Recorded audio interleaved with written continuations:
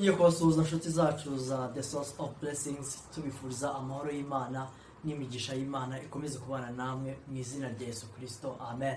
Dukomeje kwiyegereza inshuti zacu zinjiye mu muryango wa The Source of Blessings, tubifuriza imigisha myinshi cyane kugira ngo ikomeze kuba mu buzima bwanyu. Amen. Uyu munsi tugiye kuganira namwe bene data. Muri iki gihe turimo ni igihe gihangayikishije abantu benshi bakutse imitima, abantu benshi barimo bariganyira, abantu benshi bareba imbere yabo bakabona hari umwijima. Ariko mwene data, icyo nshaka kugira ngo mbanze nkwibutse ni kimwe: kuba ukiriho ugihumeka. Hari benshi batambutse, hari benshi bitabye Imana, hari benshi bari mu bitaro aka kanya badashobora guhaguruka. Ariko mwene data, hari byinshi ufite byagakwiye gutuma ushima Imana. Umuririmbyi yarambye avuga ngo wibuke imigisha Uwiteka yagukoreye, avuga ngo ubare imigisha yose yagukoreye, ngo uyibare, ngo ntusige n'umwe, ngo rega ni myinshi yo gutuma uyishima. Haleluya! Ni myinshi yo gutangaza, kugira ngo rero tugire umutima wo kwiganyira muri twebwe biragatsindwe. Tugomba kwibuka iby'Imana dukoreye, tukareka kuganza kwiganyira, bireke kuganza mu buzima bwacu, ahubwo amashimwe niyo akwiye kuganza cyane cyane kurusha ibyo twiganyira, kubera ko iby'Imana yadukoreye nibyo byinshi kurusha ibibazo bituri imbere birimo biratugora. Amen.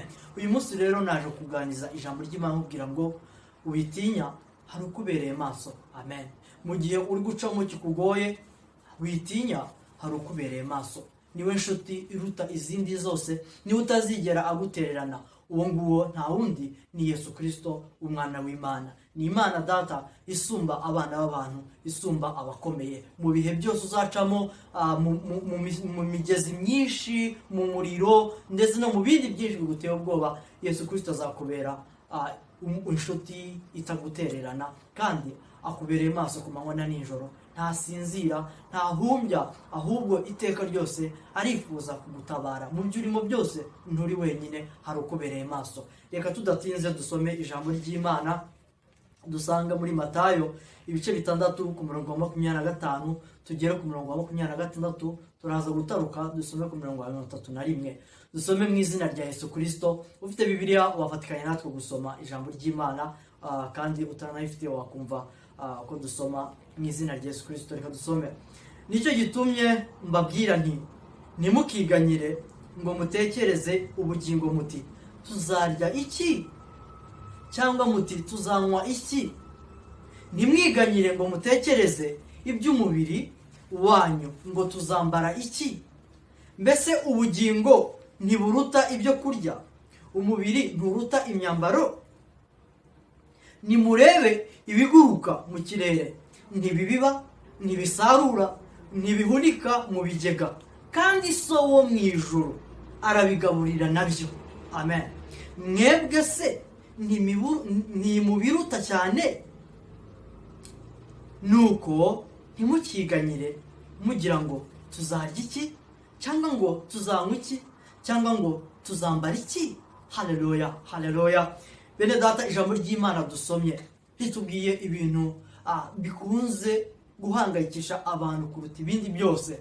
Haleluya. N'ubu ngubu cyane cyane muri iki gihe turimo cy'icyorezo cya COVID, abantu barahangayitse cyane, baribaza se turarya iki, turabona icyo twambara. Ibibazo byinshi byarenze abantu batangiye gusuhuza imitima, abantu batangiye kumva bari bonyine. Ariko naje kubwira uyu munsi ngo ntabwo uri wenyine, ntabwo uri wenyine. Hari uje akubwira inkuru nziza, akubwira ngo reka kwiganyira, wibwira ngo ese urarya iki, ese uranywa iki, ese urambara iki.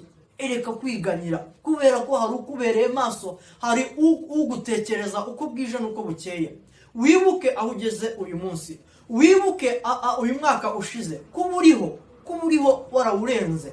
Ntabwo warinzwe na maske wambaye cyangwa se agapfukamunwa, ntabwo warinzwe n'intera wahanye n'abandi ya metero 1. Ntabwo ibyo ari byo byakurinze. Ntituvuze ko ntacyo bimaze, ntituvuze ngo mureke wenda kwirinda, ariko ibyo ngibyo ntabwo ari byo byakurinze. Hari uri hejuru yabyo.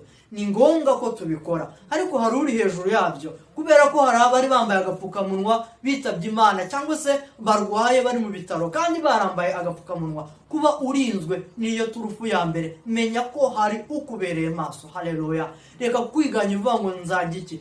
Ejo ahari warariye, ejo wabonye icyo urya, uwakiguhaye ninde? N'Imana Data. N'ibindi biri imbere ejo hawe Imana ihafite mu kiganza cyawe. Imana niyo izakugaburira, Imana niyo izakwambika, Imana niyo izaguha icyunywa, Imana izamenya abana bawe, niyo izamenya ibibazo byose ufite. Imana izaba mu ruhande rwawe, nturi wenyine, hari ukubereye maso. Haleluya. Yesu Kristo hano yatanze urugero abwira abantu avuga ati murebe inyoni ntabwo zibiba, ntabwo zihinga, ntabwo zisarura, ariko ntabwo zijya zibura icyo zirya. Munsi aho tutasomye yabwiye abantu avuga ati n'uburabyo murebe ntabwo bujya buhinga, ntibujya buvaho buri, ariko nibwo ngo bujya bugaragara neza, ngo no mu kwambara neza kwa Salomo uko yaberwaga, ngo ntabwo yigeze aberwa ngo nka kamwe mu ndabyo ziriho. Byose ni ukubera ko bifite ubyitaho. Yesu yasoje avuga ngo so wo mu ijuru kuko agaburira inyoni akambika uburabyo bukaberwa, inyoni zikarya zigahaga, ese so wo mu ijuru ntabwo azakwitaho birenze? Ese urakeka so wo mu ijuru yitaye ku nyoni kurusha uko yitaye kuri wowe? Wihungabana, wisuhuza umutima, wikwiganyira, hari uri hafi yawe. Uwiteka ari hafi yawe mu nzira nyinshi, izo ubona n'amaso n'izo utabona. Hari uburyo bwinshi Imana igenda ikurinda, hari uburyo bwinshi Imana izagenda igutabara. Rero wisuhuza umutima. Haleluya. Avuga ngo mwebwe se ntimubiruta? Nturuta inyoni, nturuta uburabyo? Imana, ijambo ry'Imana avuga ngo yenze kutugira nk'Imana, ngo haburaho gato. Kubera urukundo Imana idukunda, Imana yatanze umwana wayo w'ikinege, izabura ite kumuduhana n'ibindi byose? Iyo Mana izatuma gute wicwa n'inzara? Izatuma gute ubura icyo urya, ubura icyo unywa, ubura icyo wambara? Imana mu ijuru ntabwo izigera ituma ibyo bikubaho. Haleluya. Guma kuri yo, shaka ubwami bw'Imana, ugume usenge, ugume imbere y'Imana, uyitabaze, ni Data wa twese. Haleluya. Nta kintu na kimwe uzayiburana. Ijambo ry'Imana riravuga ngo imigunzu y'intare ngo irabasha gukena no gusonza, ngo ariko abiringiye Uwiteka, abizera Uwiteka, ntacyo tuzigera tuyiburana. Haleluya. Ntabwo urubyaro rwacu ruzasabiriza, ntabwo tuzabura icyo turya, ntabwo tuzabura icyo tunywa, ntabwo tuzabura icyo twambara. Haleluya. Kubera ko dufite utubereye maso, dufite utuba hafi. Haleluya. Nawe mwene data, wikwiganyira, ibuka iby'Imana yakurinze, wibuke iby'Imana yagukoreye byose. Urebe nimba ufite impamvu zo gutuma wiganyira aka kanya, urebe nimba Imana aka kanya imbaraga zayo zarashize zo kugira ngo wenda igufashe mu byo urimo, mu bikugoye, bino ubona bigoye. Wibuke ibindi Imana yagucishijemo bikomeye cyane, biruta ibingibi. Igihe turimo cya corona kizarangira, ni igihe turimo turageragezwa, ariko ndagusaba mwene data ukomeze ukwizera kwawe. Hari benshi bari kwitotombera Imana, hari benshi barimo baravuga ngo Imana yarabataye, ariko Imana ntigeze iguta. Haleluya. Imana iri kumwe nawe mu buryo ushobora kubona nubwo utabona n'amaso y'umubiri, ariko iteka uko bwije n'uko bukeye kuba ukiriho ni iturufu ya mbere, nicyo gikomeye kigaragaza ko hari umugambi Imana igufitiyeho. Imana irakurinze. Ni benshi bitabye Imana atari kubera wenda iyi corona gusa, ahubwo n'ibindi byinshi byagiye bibatwara. Imana yakurinze biriya byose, iracyafite ubushobozi bwo kukurinda n'ibi ngibi uri gucamo aka kanya. Haleluya. Ijambo ry'Imana avuga ngo imbaraga z'Imana, ukuboko kw'Imana ntikwigeze guhera kugira ngo inanirwe gukora. N'aka kanya Imana iracyakora. Rero nshuti yanjye, hanga amaso Yesu Kristo, wishavura, wisuhuza umutima, wicika intege, hari ukubereye maso, ntabwo uri wenyine. Haleluya. Rero bene data, iki gihe turimo ni igihe cyo kugeragezwa, igihe turimo turageragezwa ukwizera kwacu ko kungana. Haleluya. Rero wituma Satani akwishima hejuru, kubera ko nimba aguteje intambara, akaguteza ibyo ugucamo, akabona witotombeye Imana, arabona ukwizera kwawe kugenda kunyeganyega, ibyo ngibyo bizatuma akwishima hejuru, kuko wabonye ko Imana aho bigeze idafite ubushobozi bwo kukurinda, idafite ubushobozi bwo kuguheza ibyo urya, idafite ubushobozi bwo kuguha icyo unywa, idafite ubushobozi bwo kukwambika. Ariko mwene data, wituma Satani akwishima hejuru. Nimba hari intwaro ikomeye iruta ibindi byose Satani akunda gukoresha abantu, ni ubwoba. ndabisubiramo, nimba hari intwaro ikomeye iruta izindi zose Satani akoresha kugira ngo aneshe abana b'abantu, cyane cyane abizeye Imana, ni ubwoba. Abumvisha ko imbere nta nzira zihari, abumvisha ko nta wundi wabafasha, abumvisha ko bari bonyine, bakumva bari bonyine, bakumva nta wabatabara, bakumva nta zindi nzira, bakumva ibyabo byarangiye, akabo karashobotse. Ariko mwene data, ndaje kukubwira ngo ntuzigere wifuza, ntuzigere wemerera Satani ko atuma ubwoba aguteza bugutsinda, kwa kwizera kwawe kugabanuke, kwa kwizera kwawe gucika intege. Haleluya. Niko muri Timoteyo wa 2 igice cya mbere ku murongo wa 7 ijambo ry'Imana rivuga ngo kuko Imana itaduhaye umwuka w'ubwoba, haleluya, ngo ahubwo yaduhaye uw'imbaraga n'urukundo no kwirinda. Haleluya. Imana ntabwo yigeze iduha umwuka w'ubwoba. Imana ntabwo yaduha umwuka w'ubwoba, ahubwo yaduha umwuka w'imbaraga, umwuka w'urukundo ndetse n'umwuka wo kwirinda. Umwuka w'ubwoba uturuka ku mwanzi Satani, kuko niyo ntwaro akoresha aturasa kugira ngo tubashe gushidikanya n'Imana. Ugashidikanya Imana kubera ubwoba urimo, wabuze icyo urya, wabati Imana yantereranye, ariko siko bimeze. Ahubwo mu gihe urimo urageragezwa, Imana irashaka kureba uburyo witwara muri icyo kigeragezo. Wibuke, ese ibyo uri gucamo bihuriye n'ibyo Yobu yaciyemo. Yobu yaciye mu bibazo, ageraho umuryango umushiraho wose, amatungo amushiraho, byose bimushiraho, agera naho umugore amubwira ngo natuka Imana. Ariko se urebe ibyo uri gucamo, ese bihuriye n'ibya Yobu?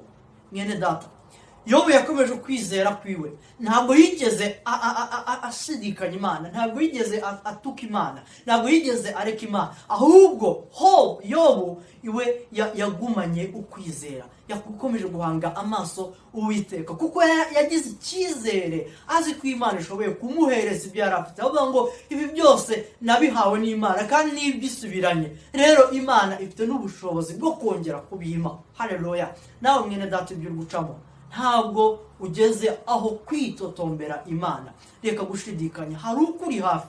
Imana yawe kwitamo mu nzira nyinshi zishoboka. Haleluya. Imana yaduha umwuka w'imbaraga, ntabwo yaduha umwuka w'ubwoba, kandi yaduha umwuka wo kwirinda. Rero uko kwirinda yaguhaye mwene data, reka uko kwirinda kugufashe kurinda ukwizera. Reka mbabwire ukuri bene data, mu by'ukuri iyo tugaragaje ko dufite ubwoba, tukagaragaza ko ikibazo dufite kiturenze cyane, tuba tugaragaje mu maso y'Imana ko icyo kibazo gifite imbaraga kuruta Imana yo mu ijuru twizeye. Ariko iyo tugaragarije ikibazo tukakereka ko Imana dufite irusha imbaraga icyo kibazo, imbaraga gifite icyo kibazo, icyo gihe Imana yo mu ijuru ibona ko tuyifite icyizere, ikabangukira kudutabara. Haleluya. Ariko iyo tugaragaje ko ikibazo turi gucamo kiturenze, gikomeye, ni nkaho tuba tuvuze mu yandi magambo ngo Mana, aha nawe urananiwe, aha nawe urananiwe, iki ngiki sinzi ko wabishobora. Ariko bene data, umuririmbyi yarangiye avuga ngo ntukabwire Imana ubunini bw'ikibazo cyawe, ngo ahubwo wereke ikibazo cyawe ubunini bw'Imana yawe. Haleluya. Kubera ko Imana ishobora byose. Dukunda kuvuga ngo Imana ishobora byose, ariko mu buzima bwacu tugasa nkaho tubihakanye. Twisuzume bene data, ibyo uri gucamo, Imana iri kumwe nawe, ntiyigeze igutererana. Haleluya. Muri Yesaya ibice 49 ku murongo wa 14 haraza kutubwira amagambo agaragaza uko twebwe tukibwira mu mitima yacu, twibwira mu mitima yacu ko Imana duteranye, ariko Imana ni inshuti yacu udashobora kudutererana. Haleluya. Kandi twumve uko ijambo ry'Imana tubwira. Yesaya ibice 49 ku murongo wa 14, ijambo ry'Imana rivuga ngo ariko Siyoni aravuga ati, Yehova yarantaye, Uwiteka aranyibagiwe. Mbese umugore yakwibagirwa umwana yonsa, ntababarire uwo yibyariye? Icyakora bo babasha kwibagirwa, ariko njye sinzakwibagirwa. Amen. Haleluya. Ngo Siyoni iwe aribwira mu mutima avuga ngo Imana yarantaye, Imana yaranyibagiwe. Paul, Peter, Manuel, ba Korodine, ba Yvette n'abandi bose, wowe uduteza amatwi, izina ryawe rishyire hano, ni wowe kwibwira ko Imana yagutaye. Ahari aka kanya uribwira ko Imana yagutaye. Peter we, reka kwibwira ko Imana yagutaye. we Ange we reka kwibwira ko Imana yagutaye. Ivete reka kwibwira ko Imana yagutaye. Wowe Claude reka kwibwira ko Imana yagutaye. Wowe uduteze amatwi, wowe Aline n'abandi bose uduteze amatwi wese mu izina ryawe. Hano Siyoni ni watatse ari gutaka ngo Imana yaranyibagiwe, Imana yarantaye. Nahari nawe niko uri kwibwira, ahari nawe nibyo wibwira aka kanya, ariko ari igisubizo Imana yakubwiye hano ku murongo wa 15. Yaravuze ngo ese umugore arashobora kuba yakwibagirwa umwana yibyariye, umwana yongeje ku ibere rye? Birashoboka ko umubyeyi yamwibagirwa? Aravuga ngo icyakora kuko ari umwana w'umuntu arashobora kwibagirwa, ariko njyewe Imana yawe, Imana yakurokoye biriya byose byashize, sinzigera nkwibagirwa, sinzigera nkwibagirwa. Haleluya. Ndagira nkubwire ngo kuri ino si ababyeyi baradukunda, inshuti abo tuvukana n'abo tubana, dufite inshuti nyinshi zitandukanye, ariko bafite ubushobozi. Arashobora kugutererana, arashobora kugusiga kubera ko ubushobozi wenda bw'ikibazo ufite buramurenze, ariko Imana data ntabwo izigera igutererana. Nibyo nakubwiye mwene data, hari ukuri hafi. Imana ntizigera igutererana ikibazo cyose uzagira mwene data.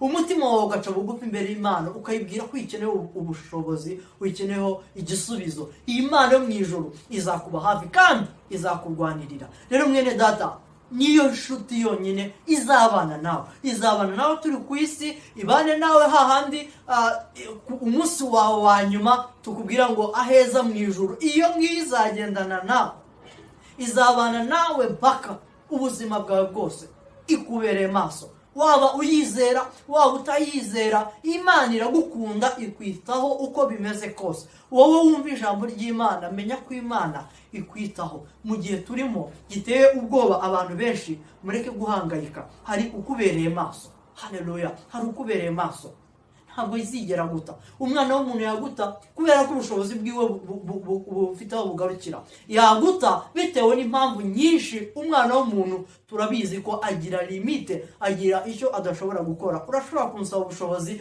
ntageze aho kuba nagufasha, cyangwa mfite ibindi bindenze, kubera ko ndi umwana w'umuntu simbe nagufasha. Ariko Imana yo mu ijuru niyo duhita twerekezaho, kubera ko iyo ifite ubushobozi iteka ryose ikubereye maso mwene data. Nasoza nkubwira iri jambo riboneka muri Zaburi ibice 27 ku murongo wa 14.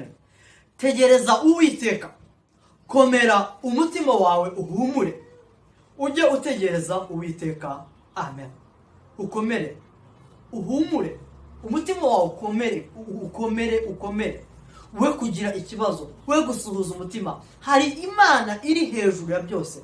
Ikibazo turimo turacamo, usibye n'iki cyonyine n'ibindi byose ucamo, menya ko hari ukuri hafi, utari umwana w'umuntu. Umwana w'umuntu afite ahagarukira, ariko Imana data ishobora byose. Ishobora byose. Iyo tuvuze ngo Imana ishobora byose, mujye mwibuka ako kantu k'inyuma tuvuga ngo byose. Ibyo byose ufate ikibazo cyavuga ngo Imana yo mu ijuru irashoboye kundinda mu gihe cya corona. Imana yo mu ijuru irashobora kundinda muri ino ndwara. Imana yo mu ijuru irashobora kumfasha muri iki kibazo ndimo. Iyo byose mujya muyibuka, ntukajye ubona ko Imana hari ibyo ishoboye n'ibyo idashoboye. Haleluya. Tegereza, we gusuhuza umutima, hari ukuri hafi. Haleluya. Uru ni urugamba rw'Uwiteka mwene data, utegereze wihanganye. Imana yo mu ijuru izakurwanirira kandi izakuneshereza. Haleluya. Rero bene data, mu gihe turimo mureke dukomere, dushikamize imitima yacu ku Mana, twibuke Imana izatubera igisubizo. Imana yo mu ijuru ibahe imigisha. Wewe wakoze subscribe, Imana yo mu ijuru komeze iguha umugisha. Wowe ukomeje gufatikanya natwe kwamamaza ubutumwa, Imana iguha umugisha. Wowe utarakora subscribe, kanda hasi aho ngaho, muduhe n'ibitekerezo kugira ngo tujye dukomeza twamamaze ubutumwa bw'Imana uko bikwiriye. Imana yo mu ijuru ibahe imigisha. Amen.